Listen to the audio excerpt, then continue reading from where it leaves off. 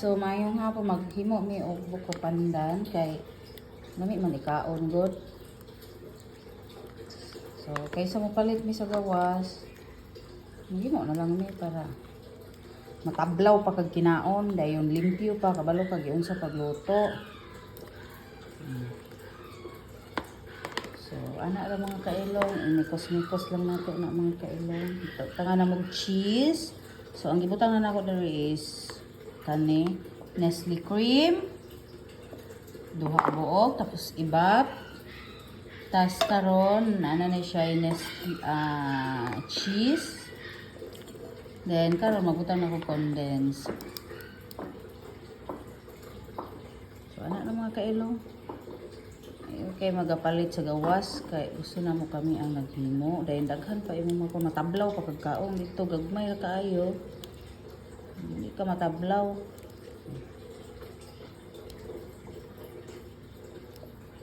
Joy! Alisa ba?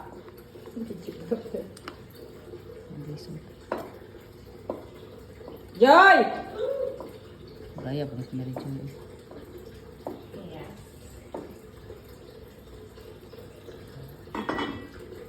Ano na trabaho mo?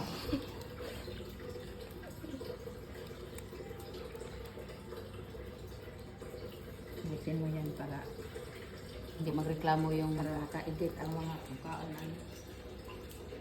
Kaya maduro ko yung mga ano. transfer siya sa bigger container. Ah.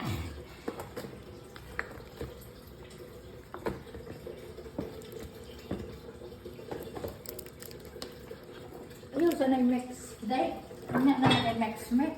Dari na yung mix-mix ba? Ano ba? Kaya para madungan yung mga pagka-mix-mix. Agoy, pagkalamiya sa laging igit ani ba? Ano okay sa Hugasan mo na.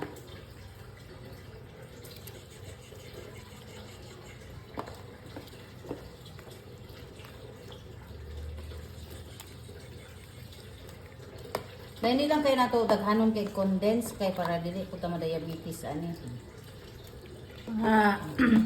Tulo ka pak lang ko.